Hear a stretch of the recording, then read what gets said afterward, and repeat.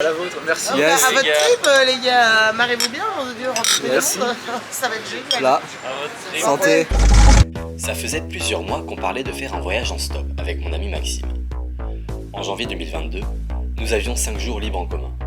Nous en avons profité pour partir à la découverte du Benelux et de ses habitants. Notre route sera l'occasion de partager mes différentes approches pour faire du stop et se faire héberger par des inconnus. Bon bah c'est bon. Ouais. On y est. C'est la première fois que tu fais du stop là? Première fois de ma vie. Première fois que je fais du stop. Puceau du stop.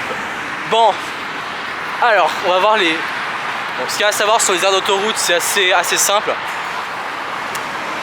Première chose que je fais, première chose à avoir en tête, toujours avoir en tête quand tu fais du stop, c'est savoir où tu veux aller ou où tu veux te faire déposer. Avant de voyager en total impro, c'est mieux de faire comme ça. Ok. Et là, première chose qu'on peut faire, c'est repérer un peu les plaques d'immatriculation. Ok. Là, donc, on est dans le nord de Paris et on veut aller en gros vers la Belgique. Donc, si on trouve des plaques d'immatriculation donc du nord de la France, des plaques d'immatriculation belges, allemandes ou néerlandaises ou n'importe quel pays dans cette zone-là, c'est bon pour nous. Si on voit du 75, c'est peut-être plutôt des locaux. Du coup, ce sera peut-être un peu moins bon. Et là, ce qu'on va faire, je pense qu'on va aller directement s'adresser au conducteur. C'est ce qu'il y a de plus, Là-bas, il y a une Porsche. plus rapide. On peut essayer Il y a une de faire Porsche. de l'autostop en Porsche. Ok mec, on va commencer avec une Porsche. Bonjour monsieur. Bonjour. Excuse-moi de vous déranger. Avec mon ami, on vient voir parce qu'on essaie de faire du stop vers la Belgique, vers Liège. Ils se demandaient si peut-être vous alliez vers le nord, peut-être jusqu'à la prochaine aire de service vers Lille. Ouais, mais je vais vraiment juste à l'approche, juste après, quoi, à 5 km. Ok d'accord. Bon, y a pas de souci alors. Bonne route à vous. Merci bien. Salut. Ça va marcher? Yes.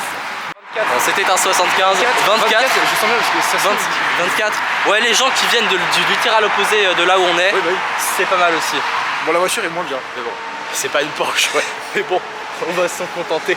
On a quand même pas mal cherché de voitures, mais on a enfin trouvé quand même. Au bout de une demi-heure.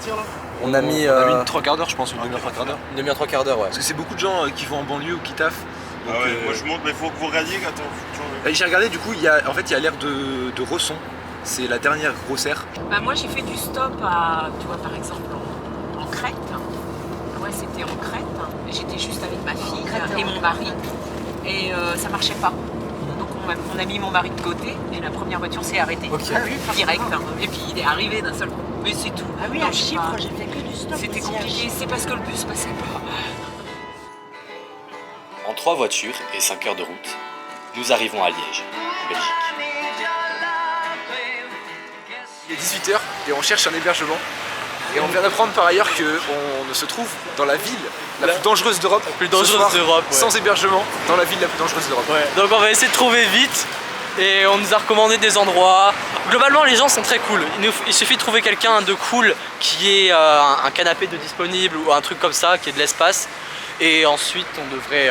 Voilà, là on s'est fait inviter à boire par un jeune couple très sympathique qui nous ont offert une petite bière. petite bière chacun, C'était ouais. cool. Et ils nous ont recommandé un bar qui s'appelle la Casa Ponton, Exactement. où on espère trouver des gens. Salut les gars. Excuse-moi. Est-ce que tu vis à Liège par hasard? Non, on vit pas ici. Moi aussi. Quoi, tu vis? C'est peut-être qu'on va te présenter le projet, alors tu me diras si tu peux nous aider ou pas. En fait, Maxime, mon pote, on est en train de commencer un voyage sans argent. Donc ce matin, on est parti de Paris en stop. Tu commences avec un stylo quoi? Quoi? Tu commences avec un stylo ou un jeans comme ça, non? Non, alors c'est pas le même genre de Paris, défi. vous êtes parti de Ouais, Paris. on a fait du stop. Et là, le défi qu'on a pour ce soir, c'est de trouver des gens de Liège pour nous héberger.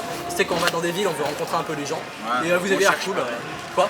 On cherche pareil que vous. Ouais, pareil, vous savez pas où dormir. On cherche des femmes, tu vois. Demander l'hospitalité à des inconnus est un des meilleurs moyens de s'immerger dans le mode de vie local.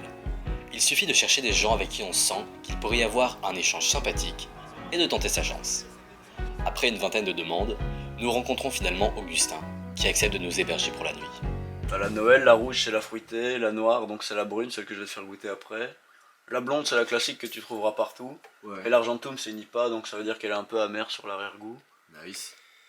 C'est assez spécial, faut aimer l'IPA en fait. Ouais. Ok. J'adore. La déco est assez ouf. Hein. Ça fait mi-bar. Ça fait un peu bar à vélo, tu sais. J'aime bien, ouais. Franchement je me sens dans mon élément. Ouais. J'ai refait ma chambre, c'est fou, et je l'ai refait ça en juillet. Ouais. Avant c'était comment? Avant c'était une chambre, en gros si tu veux t'avais un lit monopersonne là, Ouais. un vieux buffet de merde, des étagères au plafond, mec c'était juste nul. Tandis que maintenant je me sens dans mon élément à crever, il y a des trucs partout, des guitares, Ouais. sans savoir jouer pour autant tu vois, ça Ouais. c'est dingue. Guitare, vélo, bière, que demander de plus? La fameuse et unique chimée bleue que tu retrouves dans le carré qui s'appelle le... comment ça s'appelle encore ça? Le Super Wallon et que tu mélanges avec du Cointreau. Nice. Ça te démonte ta gueule parce qu'elle fait déjà... elle fait 9 degrés de base mais c'est des grosses tartines donc genre t'en bois une et t'as mangé. Ouais, t'as toute la collection là en fait. Ouais. C'est un frigo spécial pour les bières ici. Ouais. J'ai l'aspirine qui vient de loin, très loin. Genre, elle vient du sud de la Belgique. T'en trouves nulle part. C'est fourni dans un. Spirit, je kiffe le nom. C'est fourni dans un Erlenmeyer, genre dans un bocal chimiste. Et c'est le jeu de la bière. Ah oui, on a vu là.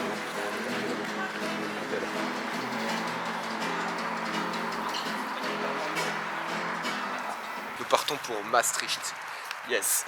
ville du sud des Pays-Bas. Ouais, et là on va faire donc du stop un peu classique avec le pouce.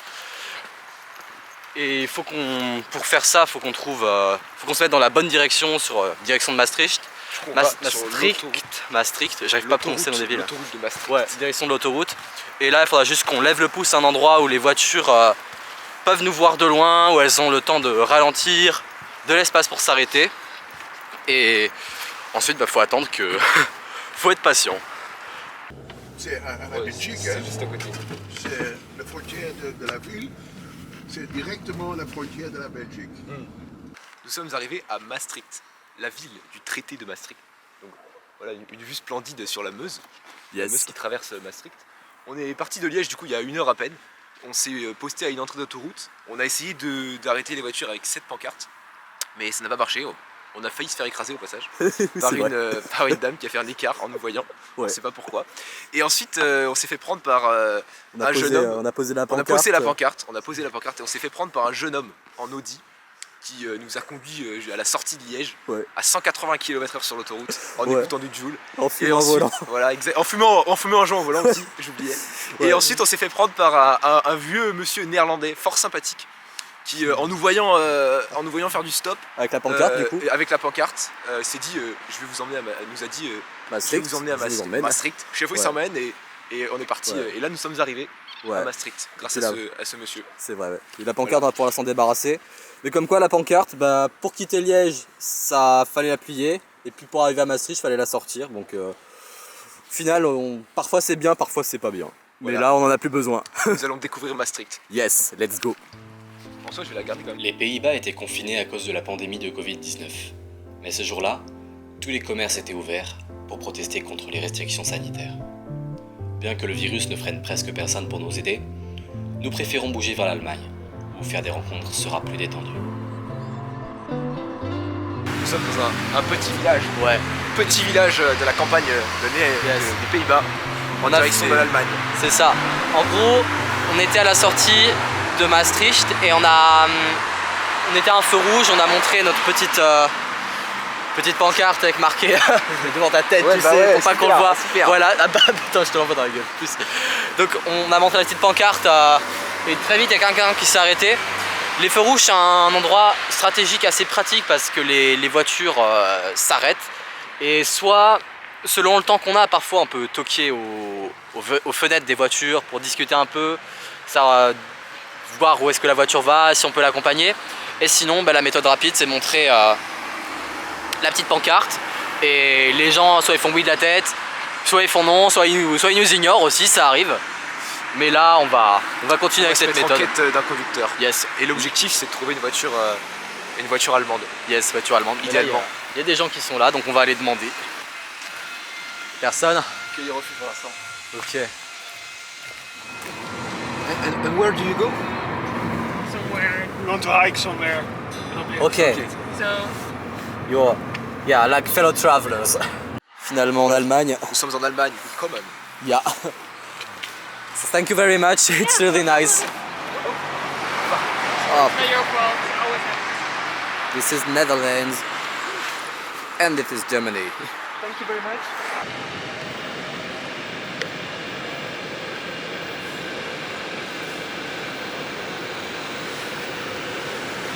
Le gros plan sur ta tête On est là. en train de chercher un hébergement sur le site Couchsurfing. Yes. Et du coup, on a peut-être. On est en train de. Merde. Ah. Qu'est-ce qui s'est passé? Ah, c'est bon. Un petit bug technique. On est en train de chercher éventuellement chez une famille. Ouais. Une famille allemande dans la ville de Aachen. Yes. Donc on est en train d'écrire la demande là.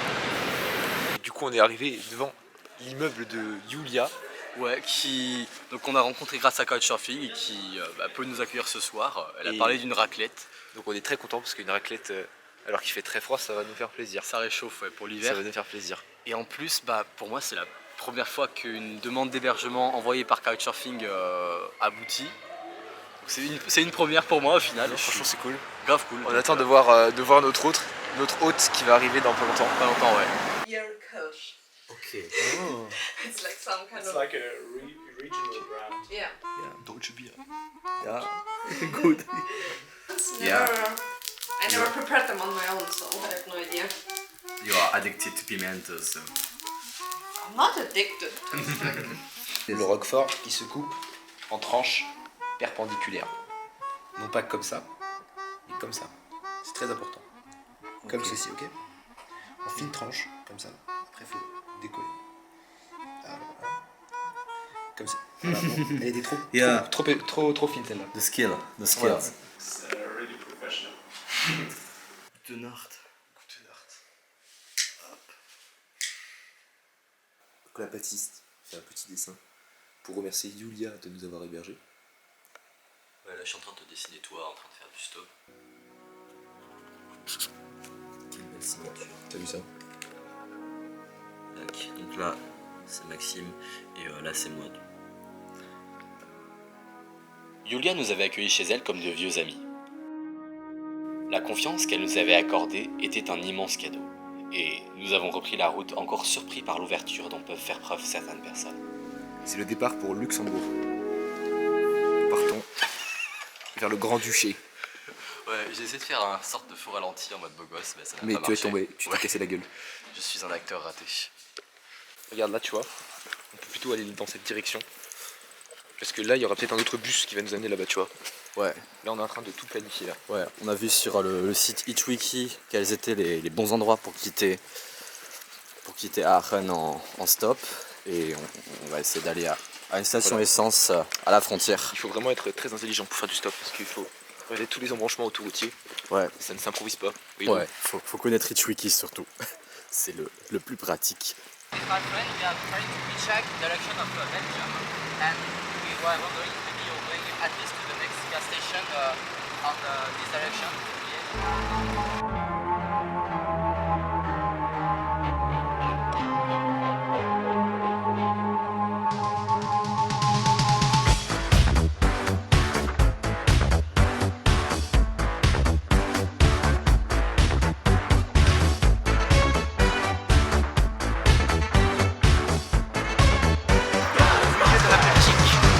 On essaie de trouver une voiture.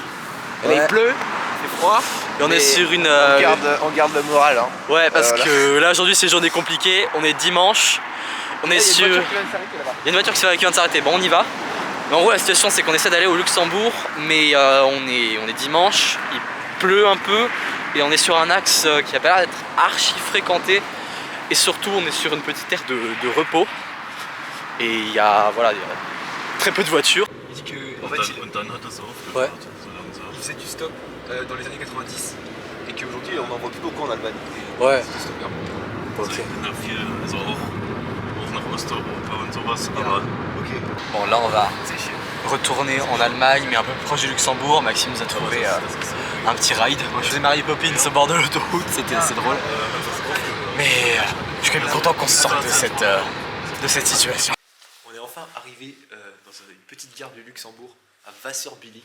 Ouais, c'était Un jeune couple qui nous a juste accompagnés jusqu'à la gare. Ouais, c'est pas très loin de l'aire d'autoroute où on était. Et en fait, cette aire d'autoroute, il y avait que des Allemands qui venaient acheter des clopes pas chères et qui retournaient en Allemagne ensuite.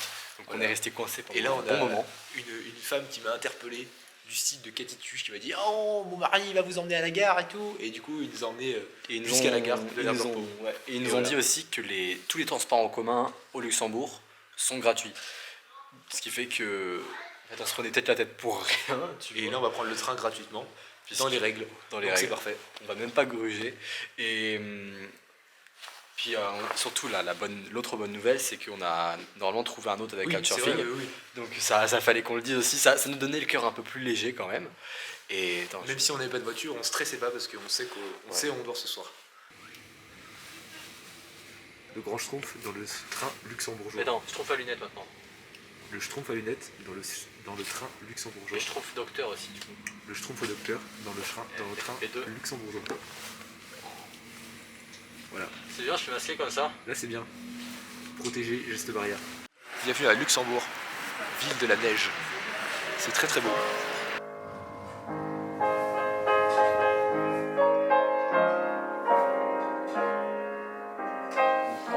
Là c'est de l'anglais là. Là c'est de l'anglais. Bon, d'un côté l'espéranto, de l'autre côté l'anglais. Ah oui, j'ai trouvé aussi le manuel, donc c'est peut-être le meilleur manuel maintenant qu'on a en espéranto. Enfin pour l'espéranto, mais en anglais. Ok. Mais j'ai entendu dire qu'un assimile vient de sortir en France pour l'espéranto, Ouais. ou un nouvel assimile. Et qu'est-ce qui t'a poussé à vouloir apprendre l'espéranto? J'avais que 12 ans et puis j'étais un peu par hasard. Ouais. L'histoire que je raconte, c'est toujours que je dois mon existence à un petit enfant con sur un toboggan à Budapest en 1977. on peut dire ça, donc bon, oui, c'est un peu chercher toi, mais t'as raison, donc c'était que donc, je me suis cassé la cheville sur un toboggan, et donc j'ai dû rester à la maison cloué au lit, je sais pas, 2 semaines, et pendant ces 2 semaines, j'ai trouvé, entre autres, même par un manuel, une grammaire de l'espéranto, que mon père avait acheté pour ma mère quand elle était enceinte avec moi, en pensant qu'une femme enceinte a besoin de distraction. Mais ma mère n'a jamais touché ce grammaire, par contre moi je l'ai lu, l'idée m'a plu, un enfant de 12 ans retient beaucoup de choses, donc du coup j'ai pas tout de suite appris comme ça, parce que tu lis un grammaire, c'est pas pour l'apprendre, mais 2 ans après j'ai acheté le manuel, je l'ai appris. Le dictionnaire néerlandais-vietnamien. Ok. Latin bosniaque. Latin bosniaque. Ok, nice. Et Baptiste, du coup, sais-tu comment se dit Ngutwong en néerlandais? Non. Ce se dit Dogden. Évidemment, Voilà. évidemment. Attends, et du coup, il y a suédois. Engelska, c'est English. Ouais, suédois, hongrois. Parce que c'était joli.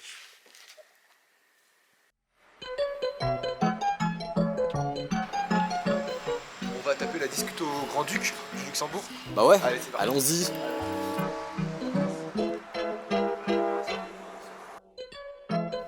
Le Luxembourg faisait partie de ces pays dont on ne connaissait presque rien. Son exploration a été des plus agréables. Les paysages et les bâtiments ravissaient notre vue, tandis que la gentillesse des habitants nous donnait le sourire. Nous repartons ensuite vers la France, direction Strasbourg. Nous logerons chez mon ami Nolwenn, qui a également une vaste expérience des voyages en stop. Une autre fois, j'ai donné un tablier, c'était le tablier de ma petite sœur, et je l'avais pris avec moi pour cuisiner pour mes hôtes. Et en fait, le mec n'a pas voulu que je cuisine parce qu'il adorait cuisiner. Il voulait me faire un plat de Costa Rica, du Costa Rica. Et ce qui était cool, c'est que je lui ai dit, bah, tu sais quoi, t'adores cuisiner? Il m'a dit ouais. Je lui ai demandé s'il avait un tablier, il m'a dit non. Je lui ai apporté le tablier de ma soeur, je lui ai donné, il était trop content. Une semaine après, je reçois une photo de lui, il portait le tablier.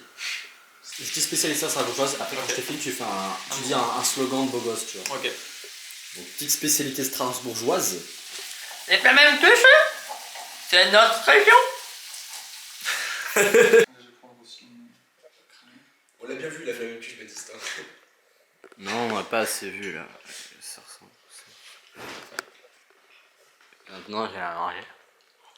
Non, c'est pas cadré. Pas cadré. Plus bas, plus bas. Voilà, c'est pas, bouge pas, bouge pas. Bouge pas.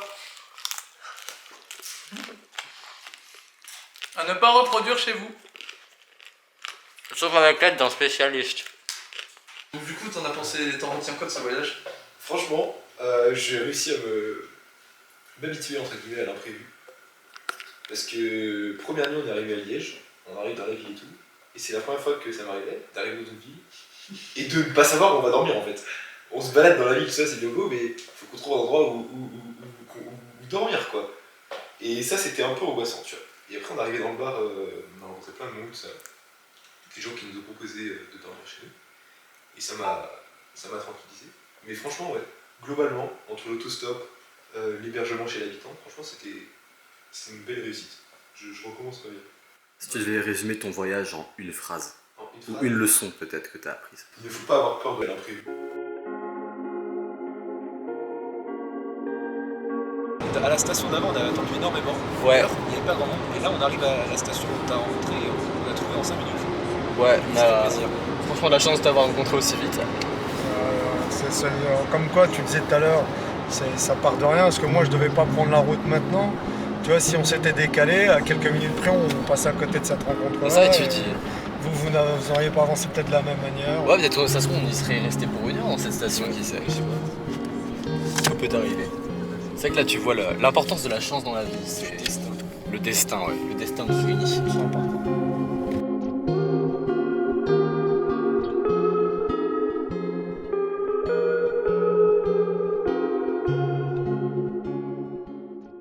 Du coup, on a trouvé Loïc qui nous emmène jusqu'à Reims dans son utilitaire. Et on va peut-être visiter Reims du coup. Ouais, on a décidé que plutôt que d'aller directement à Paris, on va prendre un petit peu de temps pour aller voir Reims. On rentrera en train et puis ça marquera la fin du périple. En plus, on voit bien la route du haut de cet utilitaire. Ouais, c'est assez joli à voir.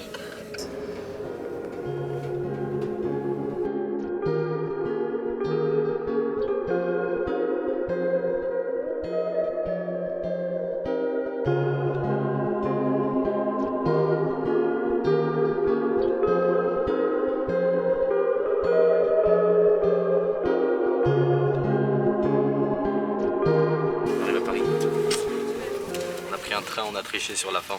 Non, c'est pas vrai. Ouais. On n'est pas dans le train là. On n'est pas dans un train, on est dans une voiture. En fait. C'est un peu long, mais c'est une voiture. C'est une voiture qui est très longue. Sur des rails. C'est ça, c'est une voiture. Techniquement, on est dans une voiture. La voiture numéro 5. C'est une voiture. C'est une voiture.